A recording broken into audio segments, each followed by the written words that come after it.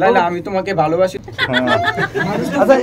আমি না মানে কোন লাইনে কথা বলবো আমি খুঁজে পাচ্ছি না। তোমার ছবি এতগুলো গায়ে লাগা, এটা তো মানে অদ্ভুত একটা ব্যাপার, অদ্ভুত পুরো অদ্ভুত একটা ব্যাপার।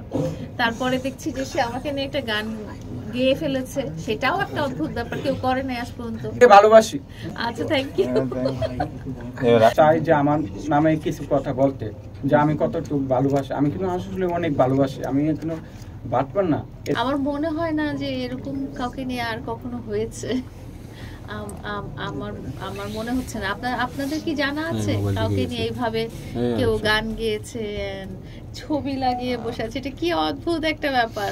মানে বললাম না, পৃথিবীর অষ্টম আশ্চর্য দেখলাম আমি আমার পাশে বসে আছে। তোমার নাম কি? আমার নাম ডিজে শাকিল। ওর নাম ডিজে শাকিল। কোথা থেকে আসছো? আমি আসছি ঢাকা খিলক্ষেত থেকে। একটু বেগে বল। খিলক্ষেত থেকে? জি। আচ্ছা, কি করো, পেশা কি? চাকরিজীবী। চাকরিজীবী। আচ্ছা, এখানে আসার মূল উদ্দেশ্য কি? তো আমিও জানতাম না যে আমার সামনে আমার ভালোবাসা বয়ে থাকবে। তো হঠাৎ করে মোহাম্মদ রহমান ভাই আমাকে হঠাৎ করে জানালো যে লালা আসছে তোমার, তো তুমি রেডি থাকো আর তুমি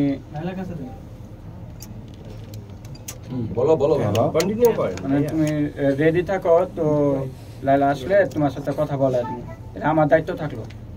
পরে ভিডিওতে আপনাদের বলছি সবকিছু। তো আমি যেকোনো মোমো ভাই জানি কাকে ভালোবাসো? আমি লাইলাকে ভালোবাসি। লাইলাকে ভালোবাসো? ভালোবাসা কি অনেক প্রকারের, মানে অনেক ভালোবাসি, এত ভালোবাসি যে কল্পনাও করতে পারবে না কেউ। আপন করে নেওয়ার জন্য ভালোবাসো নাকি না আপন হিসেবে ভালোবাসো? না, আপন নেওয়ার জন্য। আপন করে নেওয়ার জন্য একটু খুলে বলো। যে আপন করে নেওয়ার জন্য ভালোবাসি ভাইয়া। কারণ এটা কিন্তু আমি 20 তলা বিল্ডিং থেকে আমি 20 তলা বিল্ডিং থেকেও কিন্তু লাইলার জন্য খাইতে পারি, কিন্তু লাইলার জন্য আমি কিন্তু পরবর্তী ভিডিওতে কিন্তু গান গেয়ে কিন্তু আমি কান্না করছি। এটা কিন্তু আপনারা দেখছেন সবাই। মানে এই যে ভালোবাসাটা কোথা থেকে আসলো? মনেতে আসছে, এটা মনেতে আসে। এই যে আপনারা যে ভালোবাসা করেন মনেতে আসে না? একজন যদি আপনাকে ধোঁকা দিয়ে যায় আপনার কেমন লাগবে? আপনি বলেন আপনারটা কেমন লাগবে? এমনই আমার ওইরকম হৃদয়ের মধ্যে আমি আমার ভালোবাসার মধ্যে লুকিয়ে রাখছি। আচ্ছা ভাইয়া, একটু জানতে চাই লাইলার প্রতি আপনার ভালোবাসা এটা আসলে কিভাবে শুরু হলো? শুরুর গল্পটা একটু জানতে চাই। আচ্ছা, শুরুটা হলো আমি তো আগে লালাকে অনেক ভালোবাসতাম। তো মোহাম্মদ রহমান ভাইয়ের বললাম যে ভাই আপনি যাই করেন আপনার দুইটা পাওয়াই ধরি আমি, যে আমাকে লাইলাকে নিয়ে আমাকে 2টা গান করে দেন। এর আগে একটা গান রিলিজ হয়েছে আমার, আর একটা গান হয়েছে ওই যে লাইলা 100% লাভ। এই 2টা গান আমি এই মুহূর্তে রিলিজ করার পরেই কিন্তু আমাকে, আমি জানি না যে আপনারা কখন আসবেন কি আসবেন, আমি হঠাৎ করে কিন্তু আমি আসছি। আমি হঠাৎ করে কিন্তু আমি কিন্তু আসলে জানি না এই বিষয়ে। এটা বলে না যে আপনারা কিন্তু এখানে উপস্থিত আছেন, আমি কিন্তু ওই পুষাকেও ফিন্ডা আসেনি। হঠাৎ করে চালু করে আজকে আসছি। আমি চাই যে আমার নামে কিছু কথা বলার জন্য আমি কতটুকু ভালোবাসি, এবং আমার মোমো ভাইরে আমি জানতে চাই যে মোমো ভাইকে প্রকাশটা বুঝছি, কিন্তু আমার মোমো ভাইকে আমি বলতে চাই যে মোমো ভাই আপনার সামনে আমি বাঁচেছেন ওই কথাটা বলবেন। আর একটা কথা বলবেন যে স্টুডিওর মধ্যে আমি কি এই কথাটাও কিন্তু বলবেন লালার জন্য। লাইলার জন্য কেন? ওনাকে ভালোবাসি কেন, মানে ভালোবাসি কিন্তু ভালোবাসি। লাইলা আপনার পাশে, আজকে তো মোমো ভাইয়ের রেফারেন্স জানার দরকার। কারণ চাইলে লাইলাকে আমি চাই না যে মোমো ভাই কষ্ট পাক, আমি চাই না মোমো ভাই কষ্ট পাক। আচ্ছা, এখন আমি ওরকম না যে মোমো ভাইকে আমি ভুলে যাব, সবাই ভুলে যায়, অনেক শিল্পী ভুলেই গেছে। আমি জীবনে চাবো না যে আমি লাইলাকে আমি সময় মোহাম্মদ রহমানকে ভুলে যাই এবং লাইলাকে আমি ভুলে যাই, জীবনে চাবো না। আর জীবনে চাবো না যে আমি লাইলাকে হাত ছাড়া করি।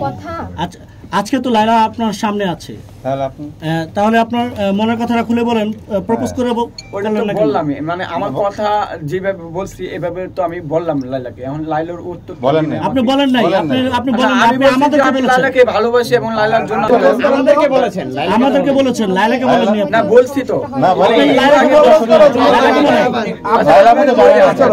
আবারও বলি কেমন ভালোবাসেন না, এটা কিন্তু বলছিলাম যে মঙ্গল ভাই সরি প্রপোজ করো, সামনে পেয়েছো জি, তোমার উপর ডিপেন্ড করবে যে আমাকে রাখবা কিনা। তাহলে তো হবে না, ভালোবাসার প্রস্তাবটা একেবারে রোমান্টিক করে রাখো। এখন হেড উপর না, এখন হেড উপর ডিপেন্ড করবে যে আমাকে রাখবে কিনা। আমি আমার মনে যেভাবে আছি এভাবে আমি ওনাকে ছেলে একটা মেয়েকে যেভাবে প্রপোজ করে, তুমি এখানে কোনো ওই জায়গাটা নাই, এখানে কোনো ওই জায়গাটা নাই, তুমি ওইভাবে প্রপোজ করো নাই, তাহলে কিভাবে প্রপোজটা করব? আচ্ছা লাইলাপা, আপনাকে ও ভালোবাসে, এটার উত্তর কি হইতে পারে, কোন দিক দিয়ে চিন্তা করব, কিছু একদম ব্ল্যাঙ্ক হয়ে গেছে। প্রথমত আপনাদের সাথে এত জনের সাথে একসাথে দেখা, তারপরে আমি জাস্ট ওকে দেখলাম যে জানতে চাই যে ভালোবাসাটা আসলে কোন ভাই বোন রিলেটেড নাকি জীবন সঙ্গী হিসেবে? জীবন সঙ্গী, কারণ এখন তো প্রিন্স মামুন নাই, প্রিন্স মামুন তো প্রতারণার শিকার হয়ে লাইলাকে ছেড়ে চলে গেছে, ওই ক্ষেত্রে আমি ঢুকতে চাই। আচ্ছা এখানে আরে ভাই একটু কুল থাকেন না, প্রতারণা তো লাইলাকে ধোকা দিয়ে গেছে, কেন বলবো না মিডিয়ার সামনে? আমি কি ভয় পাই? আমি কি ভয় পাবো? দুঃসাহসী। আচ্ছা এটা কেমন কথা বললেন আপনি? আচ্ছা লাইলাকে ধোকা দিয়ে গেছে, শেষ হোক কথাটা, লাইলাকে ধোকা দিয়ে গেছে, আমি কেন ভয় পাবো? আপনি কি প্রিন্স মামুনের শূন্য স্থানটা পূরণ করতে চাচ্ছেন? শূন্য স্থান না, মানে যিনি একবার প্রতারণার শিকার হয়েছে, যিনি ধোকা দিয়ে গেছে, উনি চাই না যে দ্বিতীয়বার আসুক, মন জয় করুক লাইলার, কারণ এটা কিন্তু আবার দ্বিতীয়বার হইতেও পারে, স্বাভাবিক, কারণ আমি লাইলাকে ভালোবাসি। আমি প্রিন্স মামুনের সাথে সম্পর্ক চলাকালীন অবস্থায় নাকি তার আগে থেকে? এর আগে থেকেও আমি বলতে পারি নাই, এর আগে থেকেও কিন্তু আমি বলতে পারি, বলতে পারিনি এক কথাই, কিন্তু ওই দিন আমি ছোট ছিলাম, এখন বলতে পারি নাই, সত্যি কথা। আর যেদিন থেকে আমি ভালোবাসতাম ওই দিন থেকে আমার মামু ভাইয়ের সাথে কোনো কথা চলে নাই, তো আমি কিভাবে